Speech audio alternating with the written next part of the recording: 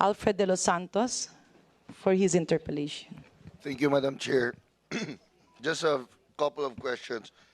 Balikan ko lang po yung issue noong nakaarang hearing. Itong 47 billion pesos. According to the last hearing, the 47 billion pesos that was transferred to PSDBM has not been fully liquidated. My question, Madam Chair, is where is that 1 billion pesos that was unliquidated?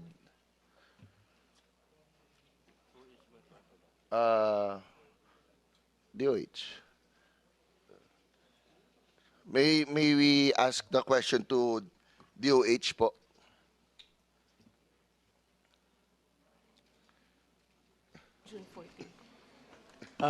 Yusek Good Bravo, morning. please respond. Based on our data, 1.197,586 billion was undelivered, and then the 363 million unrecorded due to the lack of documents, and 41 million is ongoing delivery, and 11.8 million is for reconsideration. Madam Chair, are these undocumented and lacking documents, where do you think is the source of this problem?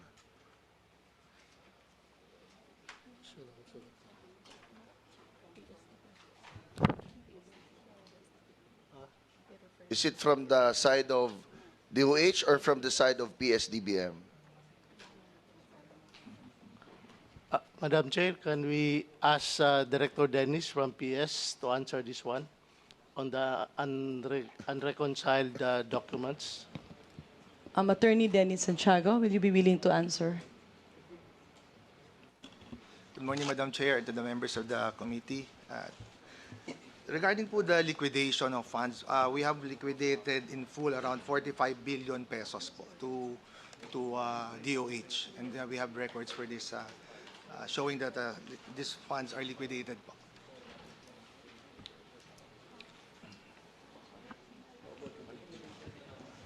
Sorry. So kulang po, Madam Chair, kasi on our records, 47 billion ang kailangan natin i-account.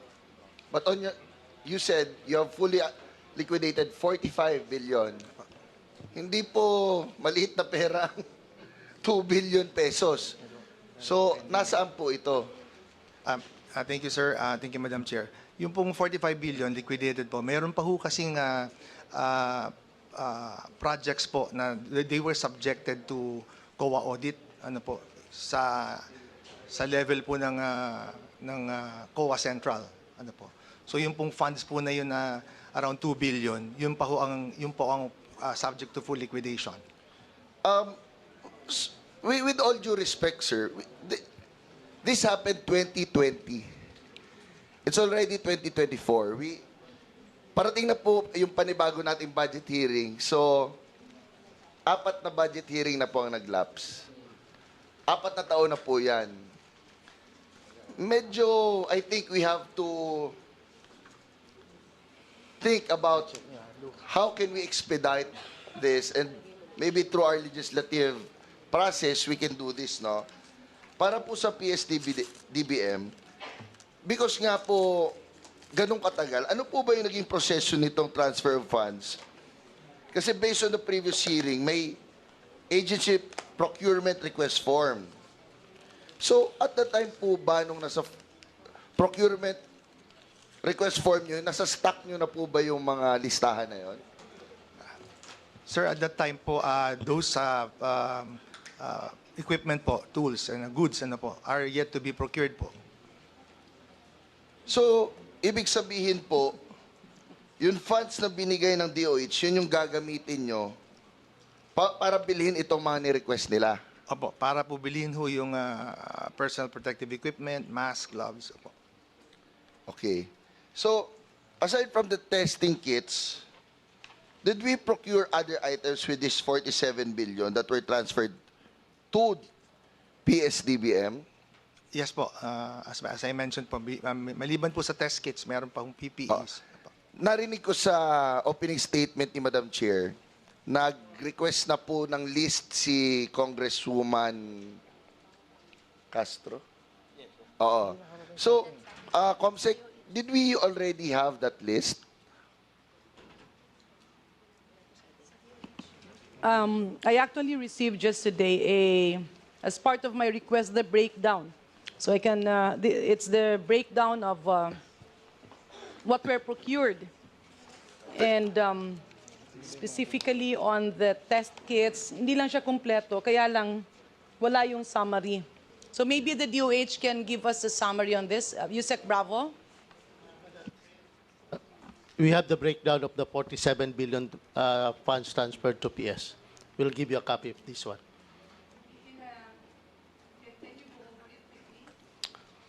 The transfer funds from DOH to PS amounted to 47,650,668.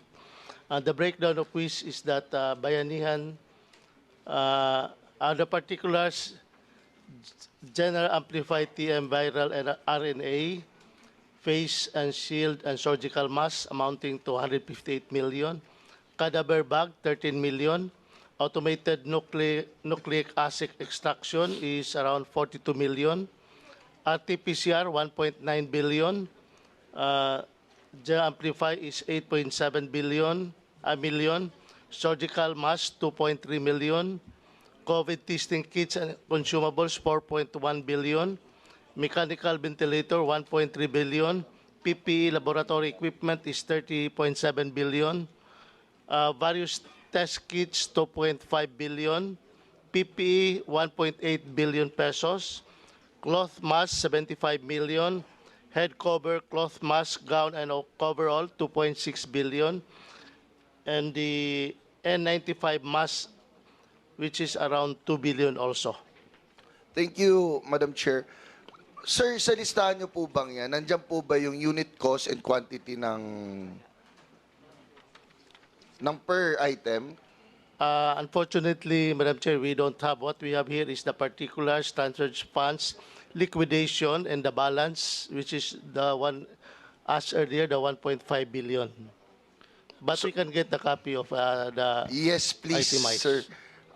Madam Chair, may I request from their good office na makapag-furnish po sila ng listahan, breakdown ng lahat ng items with the unit cost, quantity, and yung amount.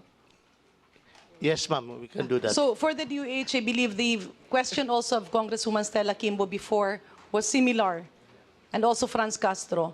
Not only the total amount, but the unit cost of each, with focus on the total quantity procured and the unit cost of each item, so that we can see if yung inutang ba ay napunta sa tama, o yung inutang ba na approximately 190 billion ay ginamit sa mga overpriced medical equipments and communities. I think that is what ang probinsyano representative is pointing out. So we get that, Kong. Yes, Madam Chair. Madam Chair, what we have here is the summary, but we will give you a copy of the details of this summary. Yeah, Thank you, sir. but you have the unit cost. Yes, Baka ma'am. may staff ka dyan na ipalagay mo ng unit cost so that you can give the... We will do that, ma'am. Yes. And Madam Chair, on the note of list, can we ask PSDBM, do we have a list of documents na where NGAs, GOCCs, LGUs, and other government agencies who received the supplies that were procured by the PSDBM using this 47 billion? Sir, insofar as the deliveries are concerned, they are all delivered to DOH. For distribution po, it's DOH that distributed it po. So solely si DOH lang ang meron nun? For purpose of the distribution po. But we will check our records, sir, if we have Yeah. specific Can you please do agencies po. so? Because I would like to request, Madam Chair, PSDBM, to provide us with a list of or documentation of all NGAs, GOCCs, LGUs, and other government entities who have received these items. Including private hospitals. Yes, Madam Chair. and LGUs. Yeah. Just And for the LGUs. information of our August body, Attorney Denny Santiago used to be the head of GPPB and is very familiar with all these circulars. I actually call him a procurement expert. But he's quite new to PSDBM. So, Attorney Dennis, do we still have employees or officers in PSDBM now who were with PSDBM during the time that Secretary Duque allowed this transfer? We still have, Madam Chair, a few of them in PSDBM po, but majority po are no longer connected with PSDBM po. And so maybe the Secretariat can be requested to get the names of the PSDBM officials involved so that they will be here to answer. We will prepare, Madam Chair. Thank you. Yeah. And with due courtesy to Congressman Apid, ang Provinciano Party List, who initiated the request? Sino po ang naging susi para yung mga test kits, medical equipments, yung mga highly technical and specialized public health commodities ay ginawang common use supply? Ginawang parang ballpen, papel, envelope at folder. Who is this responsible public official or officials who paved way for the conversion of all these technical equipments and supplies to common use? Thank you, Madam Chair. I'm looking at the record, as you mentioned, Madam Chair. I joined PSDBM only in 2022 July. No? So nung nangyayari po itong mga to, I'm not yet the executive director at that time. But I'm looking at the GPPB resolution po, Madam Chair. There's no specificity po on the GPPB reso on who is the government official that requested, but it pertains to a request coming from the Department of Health, Madam Chair.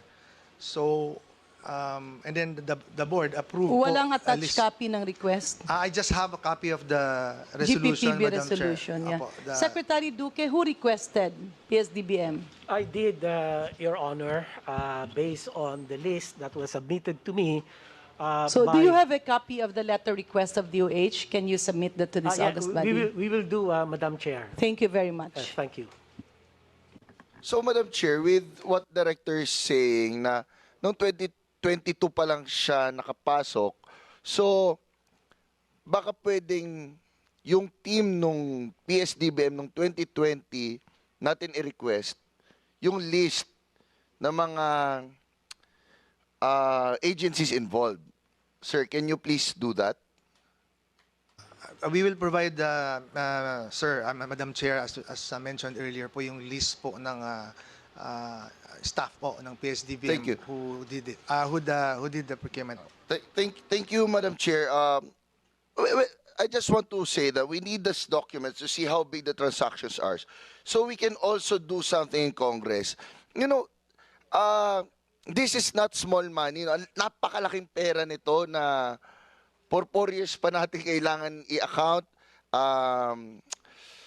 Napakahaba ng proseso at maraming mga prosesong medyo kailangan ayusin.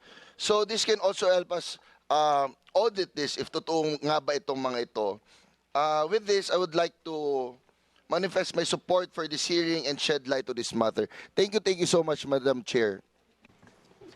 Thank you very much, Kong Apid. Yusek Bravo, and after that, maybe we can request Attorney Denny Santiago, the current head of PSDBM, to probably give us a summary of the agency's observations as to the suppliers of the 47.6 billion transfer of DOH. Yusek Bravo. Madam Chair, Honorable Congressman, we have the summary of the 47 billion and the breakdown. We have the quantity, unit cost, and the ABC and the funding source and user. We'll give you a copy of this one. Madam Chair, can we request our offices to be furnished with this said documents? ComSec is hereby directed. Maybe you can photo, it's just one page, 1 or 2 pages. We can have that photocopied so that the members of the August body can be given a copy. We have 6 copies, Madam, Yeah. including the summary. Yeah. 6 pages. Yeah, you can focus on the summary. Okay. It's okay. Please submit. Please provide the members of the House a copy. Just for the information of this August body, we have been extending invitations to the former officials of PSDBM, Attorney Lloyd Christopher Lau, former OIC Executive Director, Ms. Ami De La Cruz, former OIC Chief Accountant, Attorney Jason Mer Uwayan, former OIC Executive Director, Attorney Irvin J. Alparaque, former OIC Director, Procurement Group, Ms. Jerilyn Vergara, former Deputy Chief, Procurement Division 6, Mr. Dixon Panti, former Chairperson, Bids and Awards Committee. The Bids and Awards Committee has relevant information on the DOH fund transfer to PSDBM. The Marketing and Sales Division has relevant information to the DOH fund transfer. Unfortunately, all of them has repeatedly refused to attend this hearing, except, of course, for Attorney Dennis Santiago, who is now cleaning up all this mess. We will submit it to the August body on your decision later in the course of this hearing as to what will be the contention for the non-appearing PSDBM officials. Attorney Dennis Santiago, in a nutshell, can you orient this August body with regards to your observations as to the companies who were awarded contracts by PSDBM with regards to the 47.6 billion DOH fund transfer? Madam Chair, per the records, I have to go through or sift through all those documents, Madam Chair. But say, for example, the question of whether they were procured through emergency procurement under the Bayanihan emergency procurement by way of RA 9184. This is one observation I have po. No? Some of the procurement of goods were done through emergency procurement under RA 9184. Some were done under the Bayanihan law po. No? And then, of course, as mentioned po, marami pong items na procure, and then there were selection processes conducted po, despite the fact na emergency procurement po yung sinabi. For example, PSDBM would still conduct some sort of canvassing ano po, from different suppliers, no, during that time. So, and then end up or come up with an award of a contract na po. Madam Chair, can I just ask a question in relation to what you were saying? Please proceed. Okay. Attorney Santiago or Undersecretary Bravo, have you done any investigation on this matter? Thank you, sir.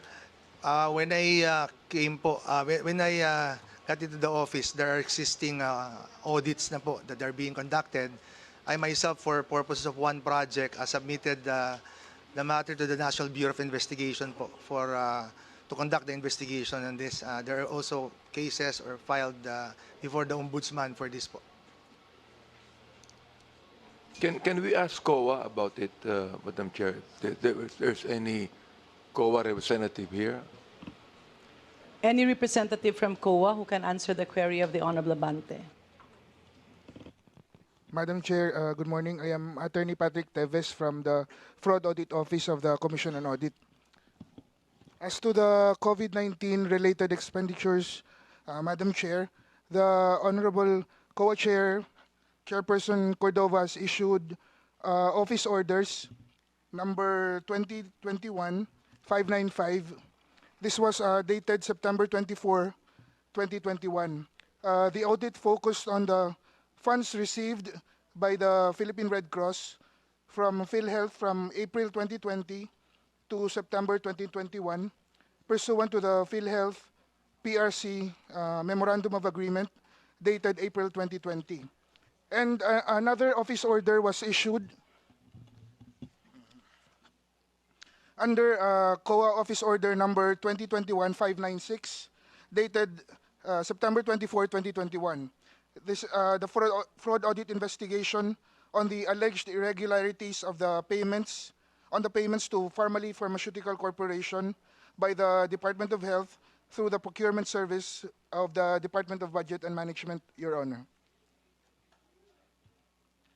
Madam Chair, one last question. No? Perhaps you could be able to provide us a copy of the investigation you gave. Okay. Madam Chair, the as to the fraud audit investigation regarding the PhilHealth PRC, it is still undergoing report writing in the meantime, and it is still under confidential. While the fraud audit investigation related to the PSDBM, we have already submitted our fraud audit report, and we have the special audit team here, if I may, Your Honor. So what is the current situation now, Attorney Santos, on the charges that you have made? Attorney Santiago. There are administrative and criminal cases po filed by the ombudsman, but there are, because we are copy furnished with some records po, there are requests for reconsideration of the decision of the ombudsman. But there are criminal cases po and administrative cases filed against po the individual that are involved na po in the procurement. Ano po. So for the administrative case po, there's one resolved already by the ombudsman where 2 of our PSDBM staffs were already dismissed, but some of them are no longer in PSDBM, so it can no longer be implemented po. So for the criminal cases, there is still some request for reconsideration on this matter po.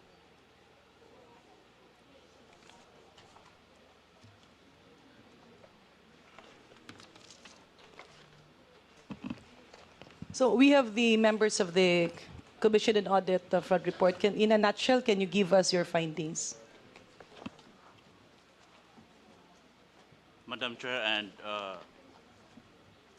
honorable members of this committee, I am Attorney Rahabansa Dagalangit, the team supervisor of the special audit team created to audit the payments to family by the DOH to the PSTBM.